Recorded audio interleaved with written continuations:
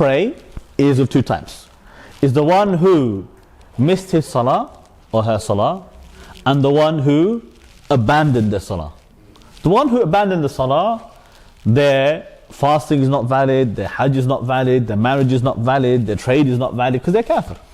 That's different. But to establish that is a very serious, difficult matter and requires a lot of investigation and verification, and should only really be tackled by somebody in authority, like a Sharia court or something like that. Those are the best people to establish something like this. The one who missed his salah and later on made qada, for example, made it up later on, their fasting is valid. It's not going to be invalidated because of that. Okay, hope that makes sense, inshallah. Yeah. What if someone, I work with a few people that Yeah. do this, they don't pray during the day, they make up all this alarm at home every day. And I told you this is not how you're supposed to pray, but they still do. Yeah. This is laziness, but the proof that it's not abandoning the salah is that they went back to it in the night. They always had the intention they're going to pray it. Neglectful.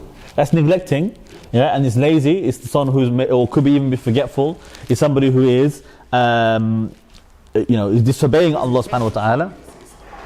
Missing one salah, purposely missing them all in the day.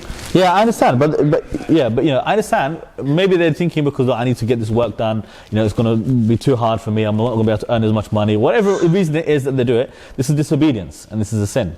But it's not abandonment. Okay, it's like you drop your kids off at the nursery to go to work. Right? That's not abandoning your kids because you're coming back at 5 o'clock. Right?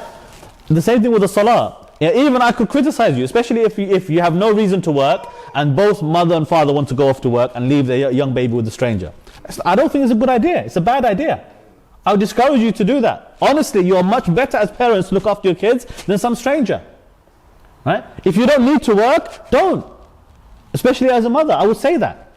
But I'm not going to say that you've abandoned your child just because you put them in nursery. The same thing, somebody who was neglectful, like they may be neglectful of their children, they're neglectful of their salah because they didn't pray it on time, but they always had intention, they're going to come back to it and they made up for it in the night time, then that's proof that they didn't abandon the salah. Okay, so there's a distinction here between kufr and a sin.